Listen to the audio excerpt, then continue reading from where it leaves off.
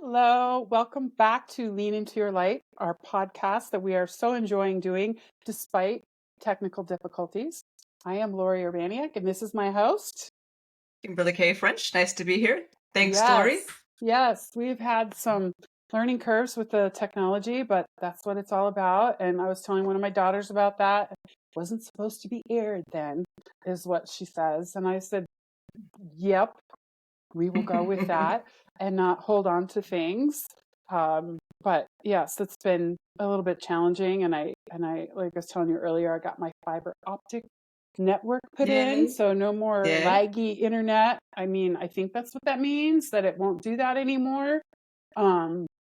But yes, it was very, like, I did the speed test on my modem and it's like the speed of light now. Awesome. So much faster. Yes. Yeah. So, and just for reference, because people didn't see what we recorded last week because your internet was a little sketchy. And so the video at the end of the recording didn't upload. So we had a great talk. What did we talk about last week? We talked about, I don't even remember either. No, but it was an good, awesome talk. Whatever it was. Oh, it was about the inner critic. It was about not listening to the inner critic and using it to your advantage. Yes. Let's talk about that again in the future. But today we're talking about something else. Yeah, because that's what happened. It was on and then it shut off and I went on my phone instead, and the phone was no bueno for this. So we learned that. But I think we did learn that. Yes. And all kinds of technology things. I was just last night trying to record also, and something happened and it didn't record. And I'm like, okay, I know how to use this software too. We both know what to do. And the universe is telling us something. It's like, don't record this. It's okay. Just have these good conversations. Yeah, pivot. Yes, it's a pivot. Pivot. Which I want to pivot to this big event that you had yesterday. This is so exciting, and you have to acknowledge it and feel really proud of yourself. Thank you. So, what was it? Yeah, I had a book signing last night. My first book signing at a local bookstore. I know, and my book Unexpected Pivots, which is why we're talking about pivots. And it was a packed room. All of my friends showed up, and people who just came because of the advertisement. My friend at the end, she goes, "It was standing room only, Kim." Ooh, I'm like, "Well, that's because they were parents watching their kids go around." But they were standing, and all the seats were filled. And yeah, I cried. I made people cry, and I always think that's a successful event when you can touch people's hearts and emotions. Their emotions. Yeah. Yeah. That's great. It was really fun. But the road to get to here, oh my gosh, it was filled with like, I can't do this. I can't do this. And I'm really grateful. I had 2 smaller events the last couple of months, like one at a book club, and I just showed up without being really prepared. But I was still a little scared. But once you do it, I was like, oh, I can do that again. And then last week I met with a small group of women in spirituality, girls who meet every week for the last like dozens of years at a church. Aww. And I was more prepared, but I kind of fumbled through it and I cried a whole lot more. And I was just like all over the place. Yeah. But I got through it. And that was why we talked about inner critic last week, because my inner critic was like, oh, that's right. Oh, why did you do that? Why didn't you prepare more? Why didn't you do this? But I learned. So I prepared for last night and I wasn't nervous. And I kind of like was in my zone. I was like, oh, well, thank you for those other 2 things and the fear I had to overcome. Because last night I was like, oh, I can do this. I don't have to be worried about being vulnerable, because whatever. So anyway, so that journey of fear, I love talking about it. But I don't always appreciate it when I'm feeling it in the moment. I know I have to move to the other side, but my body will do all kinds of crazy stuff. It'll like try to convince me I'm sick. Like all day yesterday, even though I didn't feel nervous, I felt feverish. I'm like, oh, I'm getting fever. Should I call it off? I'm like, no, you're healthy. Stop. Yeah, you're so silly. Stop that. You're so silly. Yeah. Well, I love that you acknowledge all of this, though. That's the important thing to like layers and layers, is that you didn't just go, I'm fine. It's fine. I'll do this. I'm fine. No, you weren't always fine. And that's okay. But to call it what it is, I was scared. I was a little nervous. I didn't feel prepared.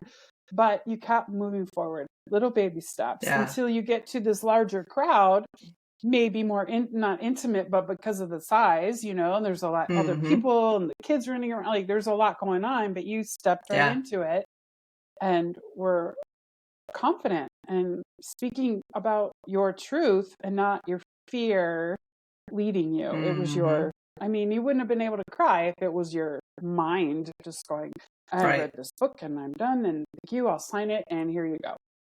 You were really in it, which is so... I really made it a goal last night to be present in my body and not detach, because I'm used to detaching and just like plowing my way through. But then people don't connect, right? Yeah. And then it's like, why do I want to buy her book? She's kind of disconnected, and Yeah. What can she teach me? I'm already that way. But no, last night was a really wonderful experience, and my daughter was so sweet. She's 15 now. She wants to be an author herself, and she was like, Mom, I'm so proud of you. You did such a good job. Aww. I'm like, oh, thank you. That's worth it right there to hear that. Exactly. Yeah, exactly. It is. It's so nice when your kids recognize your work, because I think we look at parents as they're parents. They're up here. They're parents. But then at a certain point, you're like, yeah, and they're people. And yes, they have lessons to learn and a life to live. 100%. To jump in and do something new. So I think that's awesome that your daughter recognized that. And one of my sons gave me this. It's like a tumbler, like a wine glass tumbler for Christmas. And he was so freaking proud of himself. Those things, I think they're called crickets, where you can like etch things in glass or something, or you make crafts or whatever. So he, him and his soon to be wife gave me this, it was a mug, or not, I'm sorry, tumbler. And it says my pen name, LK Urban, established author 2022 on this thing. And he had etched it in with this machine, but he had bumped it and made a little scratch. And I was like, hey, you acknowledged that I am an author. So that's good enough for me. Like that was pretty cool that he did that and that they recognized that. And, still I want to hide when I talk about my books, because let's talk about your books, because I know you're going on a journey right now of putting yourself out there. Tell us about the fear that you're going through. I sure am. So most people, I think, when they have a creative project of any kind, they want to show their friends and their loved ones and be proud of it. And I was like, yeah, no, I don't want any of you to see that. I want complete strangers to see it, because I can't eyeball somebody and look at them and go, So, I mean, I don't know if I told this lovely story about when my first book came out. I was getting my hair cut. So when you're getting your hair cut, you're staring in the mirror, right? And the woman behind me, this was my second visit to her. So she's talking. She says, "Oh, my husband and I read your book." And I watched my face. It was like I was over here, but I was watching my face in the mirror, and I went like this. And she was like, "What?" And I'm like, "Oh, like I just wanted to like crawl underneath her counter." All she said was she read the book. She didn't give a facial expression, nothing. But I was just mortified, and I was like, "Get over yourself." So yes, so I'm really, and I think people find that odd for me, because I don't really present as like this like insecure, shy person, really, typically. And so they're like, who is this? What part of you is talking right now? Because that is not who we see, So so I am. Yeah, isn't that interesting? Go ahead. Isn't that interesting that you touch on that? Because I think there's a lot of people who can resonate with that. Like they present themselves as confident at work, confident in life, but we all have that piece in us that once you say something, it's like, oh, I feel a little like insecurity, and I can't go there for whatever reason. Right. But I keep moving forward. I am, I'm finishing. Okay, so Kaylee's going to start my daughter, my editor publisher, is going to start me on this marketing journey soon. As soon as closer to my book getting my last one getting done. But my process this last week and a half has been rewriting a big chunk of this book, and I used to like not take it. I don't know, like I didn't do it right, kind of thing. So I just wanted to like okay, I'm not even going to publish this book because I didn't do it right. Is this book 1 Instead, or book this 4? time, this is book 4. 4. Like I'm talking like there's just like a plot that needs to kind of be reworked. And so I have been reworking it, which is a big thing for me. I didn't just like, I'm just going to delete this whole thing and not even, so I was like, okay. So I rethought it through, and I've been really working on that. And I was like, I feel like I could breathe again. When I got through this really tough part about reworking this whole thing, I felt pretty proud of myself that I could do that, because before I would have probably just like shut down and said, never mind, I'm just not going to do it because I didn't do it right the first time and I should have had, but yeah. I kept So let me ask you, away. You've been having 3 books out there for how many years? 3. When's the first one out? Just So what a year you've been doing. 2021, 22, Okay. something like that. Yeah. And can you kind of talk, because we met at 20 books to 50K in Vegas, which is a group of authors. 2022 is when he started. Okay. We're 2,000 authors we were just with in November, learning about the craft, learning about marketing and making your, books as a business. And I heard, I think you did too, over and over again about imposter syndrome, about authors who have, haven't even published, and they have like multiple books written, right? They just can't hit the publish button. Yeah. And then others who haven't promoted their work. And I think that's kind of where you've been at, but now you've made a decision, like, I'm not going to do that anymore. I'm going to go at this, and my publisher is going to help me. Yeah. And my editor is going to help me. So what was holding you back before? And what is like the journey now? So why didn't you promote it before? Well, I think it was a narrative that I had from when I was younger. Like I wasn't like a big reader. Not that I didn't read, but I didn't think I was a reader. And then as I got kind of out of college, I was like, oh, these books are kind of interesting. So I started to read a little bit. Then I had kids, and I shut reading off completely. But I think what really was the thing is when I was in college back in the day, this was before computers, just saying. So for those of you that are in my age, we have these little blue like theme books that you bought for a quarter, and you'd bring them to class if you had to write like a multiple, not a multiple choice, but a essay answer or whatever. You'd bring these and you'd turn them in. To graduate from a big college, a university, we had to, as seniors, go to this writing prompt, little blue notebooks, turn them in, and some random people, for every senior in the college, which is like several thousand people, read their essays to graduate. Didn't matter if you had all your credits, blah, blah, blah. I failed like 3 of them. Like, I was like, I even told my mom, I'm like, well, I'm not going to graduate because I can't write. Like, I can't pass this thing. I keep taking this, and I can't write. And I was really upset. I was like, I'm not going to graduate college because I can't pass this random subjective like grading. I didn't think I was that bad of a writer up until that point. I mean, I graduated, I had good grades and all this stuff, but so that happened. And then I went to college to my graduate program, and I had to write a paper, like here we go, write a paper. And my program, I was so excited to be in it. It was the first of its kind in the country. And it was exactly what I wanted to learn. It was about being a systems family therapist. Like, it's not just talking to you, but there's a whole system involved. And it was very new and cutting edge at the time. Like I said, the only one in the country. And I got in, and I was like, oh my God, I'm so excited. I wrote this paper.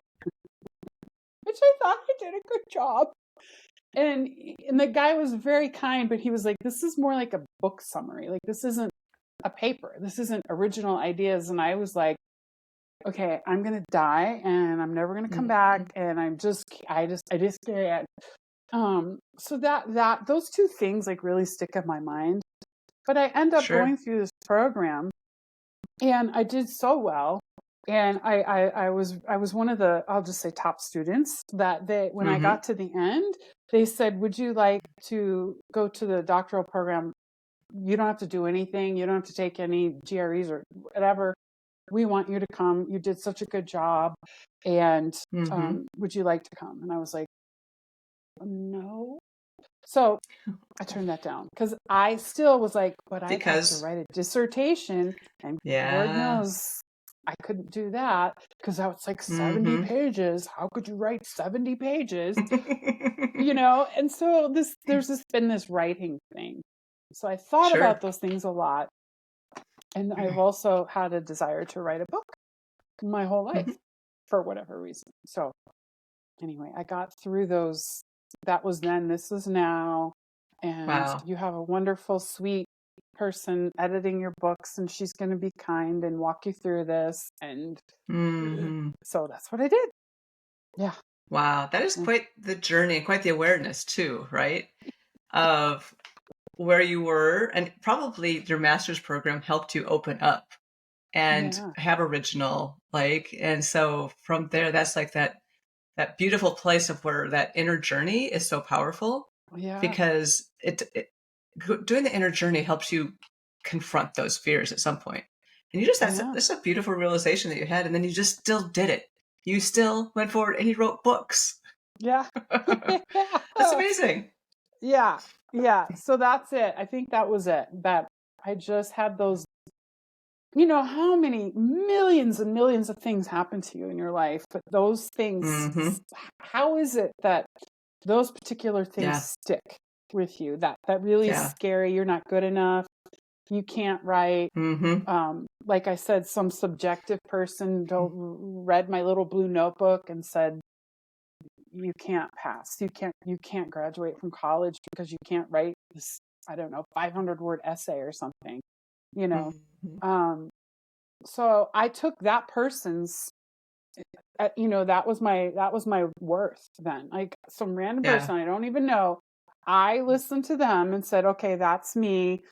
And boom, and then really that was still ringing in my ears all the way through my master's when they invited me to the doctoral program. And I was like, yep, there's no way I could write 70 pages or 100 pages. There's I told myself over and over, no, no, no, no, no, no, no. So there you go. It's amazing how one moment in time can have so much power over us. It's almost like our subconscious is looking for things to protect us. I'm always, our subconscious is trying to protect us from danger, but I think it's an overdrive sometimes for all of us because of feedback on writing, which is we're not in danger if we're bad writers, right? We're not in danger, but it still sticks. It still sticks. And that's why it's so important to overcome these things, which you have done, and do it anyway. And now you're going to put your work out there because I hear, your books are amazing. They want to, you did a proposal to Netflix to make them into movies because it's so original idea. Yeah. Right? Yeah. So that's amazing. Yeah. See, I think this is a journey your nonfiction book should be about this journey that you went on. Yeah, but that's so funny because I can talk about my story, plot, character arc, all that. I love it. I think it's great, but don't read the book. I still have some of that dangling there. That is residual, but not only, but you got to wonder too, that's not the only thing that stuck with me my whole life. What else is there to chip away at and to come to your truth and to live in that, voice of love from here and not the voice of fear and hiding and not being light and hiding behind the dark so that no one sees you. There's all kinds of facets of that going on. Not just me, everybody, but this is Everybody, one that yeah. has been like set in front of me to work on, which is Mm-hmm. also a trickle down too to other places in my life. But Yeah. yeah, so life is just never keeps on coming. It just, there's always something to learn, and I think that Mm-hmm. when you say that there's always something to learn, that takes away the sense of, well, hopefully the perfectionism, because there's Mm-hmm. always something to learn. You never get to that Yeah. end point because there's always another thing to figure out. And isn't Yeah. that great? Because, you know, embracing that and being vulnerable and knowing that you're just going to take another step and see what's there and another step and just keep going. Mm-hmm. And yeah, open yourself up to Yeah. that. Yeah. This morning I woke up and I was doing my normal routine, and my daughter woke up like an hour early. So Oh, she usually gets at 7 and she's up at 6, and she's got finals today. And oh, she's like, Mom, I didn't prepare. I'm supposed to do this note card. I didn't prepare. And she called herself all kinds of names, and we're working on that. And she's oh, like, yeah. I didn't prepare. She was so angry. And I Oh, looked at her. I'm like, this is just a lesson for next time. yeah. She's getting A's and B's in all of her classes. This isn't going to be like the make or break, right? If you Mm-mm. go unprepared, they're going to see that because they know you worked hard all, Yeah, semester. So yeah. she's in ninth grade. So they're just learning. This is her first finals ever. So she doesn't Oh, know anything about, what to expect and all that kind of stuff. And I'm just like, this is a learning. So next time you're going to prepare sooner, right? So, and this is what life is all about. yes, It's like, don't beat yes. yourself up because you're not prepared today or that you have this fear. Learn from it. And next time, every time, get a little bit better. And maybe Which is next what time you're you not prepared did. either. And yep, Right, but that's that's true. what Like you did one with little your step book at a stuff. time. Yeah, Yes, it's for exactly what sure. you Because did. I've held myself Yeah, back for years too. I mean, I'm like, I hated speaking in public. Hated. And I was not confronted, given the opportunity when I was in my corporate job to join Toastmasters. I'm like, I am not doing that. No, thank you. No how. I am not speaking in front of people. I will speak in front of my team. I will speak in front of, these small groups who I already know, but I'm not going to be up in front of random people and talking.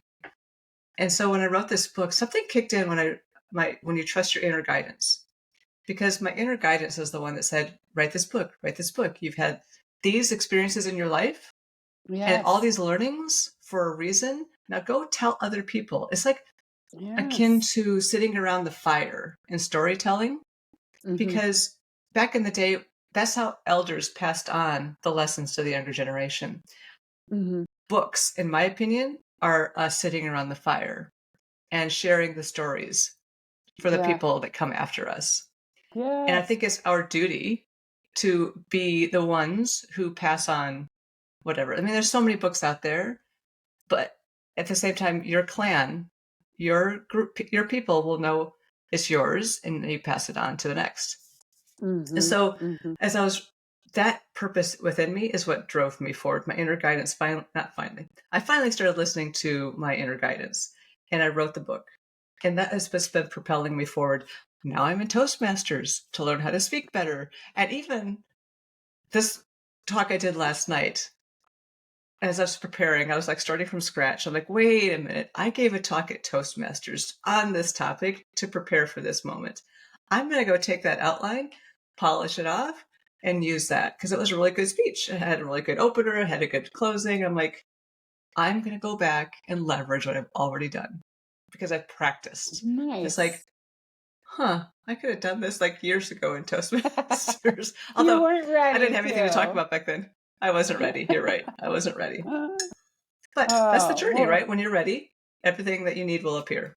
And now I'm ready and I'm willingly speaking in front of people and crying and doing what I'm supposed to do because I feel like this is my purpose.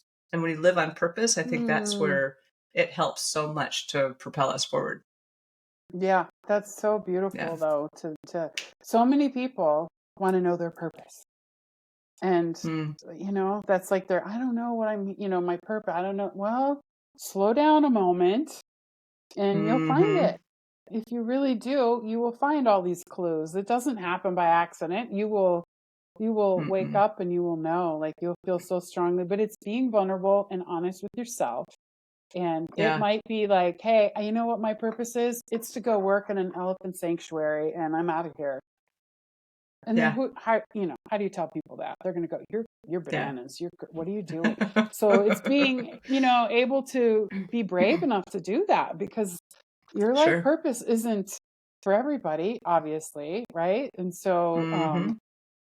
you got to know and be really good with it. But I wouldn't mind going to Yeah. an elephant sanctuary. If Be that kind of brings you cool. joy, that's, I love elephants. I if have that was elephants me. everywhere. Yeah. Yeah. They're speaking to you, obviously. Have you ever seen, Come there's see a me. movie on Netflix? There's a movie on Netflix with, if I think about it, I'm going to text it to you because it's about this woman who just was going to go on her anniversary, and she goes to Africa, but he divorces her right before she goes on it anyway, and then she ends up being in an elephant sanctuary for like 6 months. Oh, I want to And I go. think actually going back there, she's a vet. I forget the name of it. But anyway, I'll send that to you because it might speak to you. But no, going back to life purpose, because all of my life, I was one of those people. I was like, what's my purpose? What's my purpose? What's my purpose? I was looking everywhere. I was so like frantic trying to find my purpose. And I started this about 10, 15 years ago when I started doing like Jack Canfield seminars and stuff. Mm-hmm, mm-hmm. And I remember going through and I did the meditation he had to do on life purpose. And I got all these things. So like, I don't know what to do with that. And you know what? Throughout the whole 10 to 15 years, my inner guidance was saying, write a book, write a book. I'm like, yeah. What's my purpose? What's my purpose? I'm gonna write this book. Write this book. No. What's my purpose? I want to know how. What job am I supposed to do? How I'm supposed to like get paid? And it was there all the time. Mm-hmm. It was there all the time, and I wasn't acknowledging taking the leap and listening to my inner guidance. And now that's what all I teach is listening to my inner guidance, because I'm like, oh, duh. This is where Yes. like all the gold is. It's like right here inside, right here, and it's all of the answers I need. And you Yeah, it took me always a long find enough your time. way. You always find your Yeah, way. you It do. just always, the doors just open when you're in that flow Mm-hmm. of trusting your inner guidance, your angels, God, the universe, spirit, whatever you want to call Mm-hmm. it. The doors just fly open one after the other. Yeah. And it's not easy, but it's Mm-hmm. maybe affirming, like this Mm-hmm. is a funny story. My other daughter Jen is a big adventurer. Mm-hmm. She's in the flow, and she finds a purpose in all these events that happen to her. And even Mm-hmm. this one, she's so funny. She went on this, it was like 40-mile bike ride, and it was 20 miles and like a 10-mile trail run, and then another 20-mile bike ride.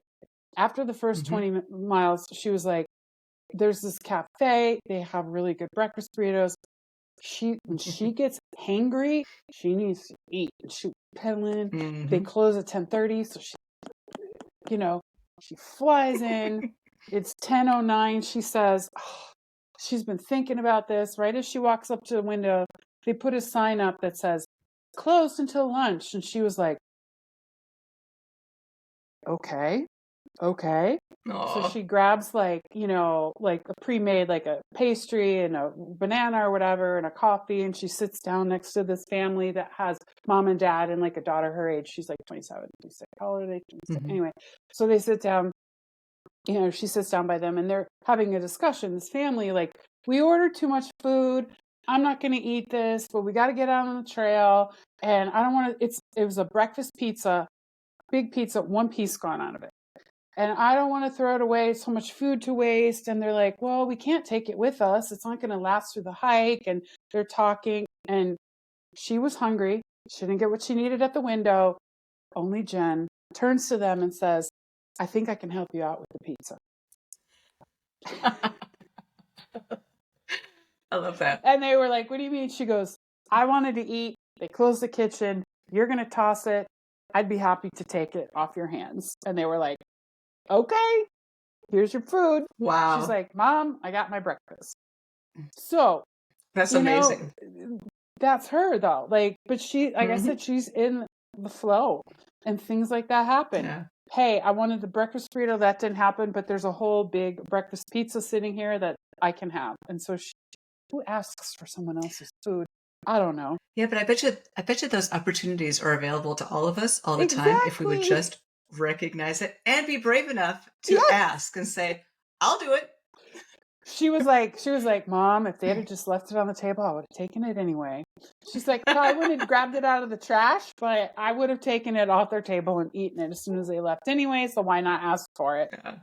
Yeah. Yeah. There you go. That's a great story. That's a great story.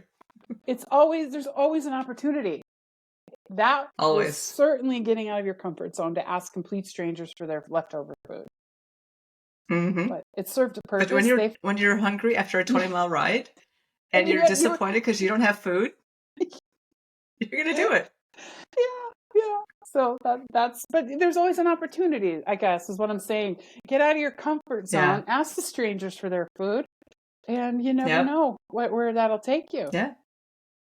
Because really, they're not strangers. We're all in this together, right? We're all one. Love it. Yeah. They're probably closely related at some distant, past. And it's like, not all of us are the same. But yeah, you think about that, like going back, like they order too much food. Mm-hmm. And then Jen sits next to them. Way too much, hungry. Obviously, if they only ate one piece. Yeah. But this is just how the things line up, They order too much food. Jen sits next to them. They don't eat it. She's hungry. She asks. It's a win-win for everybody. Yeah. Yeah. That's amazing. That's a great story. Getting out of the comfort zone. Love it. Yeah. And that's what you're going to be doing. You're going to be doing that when you're marketing now. Mm-hmm. Big time. Yeah. I'm going to be doing that as I take this next step in my journey. We'll talk about next time kind of what I'm thinking for my business, because I want to marry spirituality and my business coaching. And people don't talk about it much. Some do, but they're starting to. But I'm like, you cannot own and start a business and be in corporate without, owning that there's something higher at play. Like you were just talking about, there's something higher at play, that spirituality.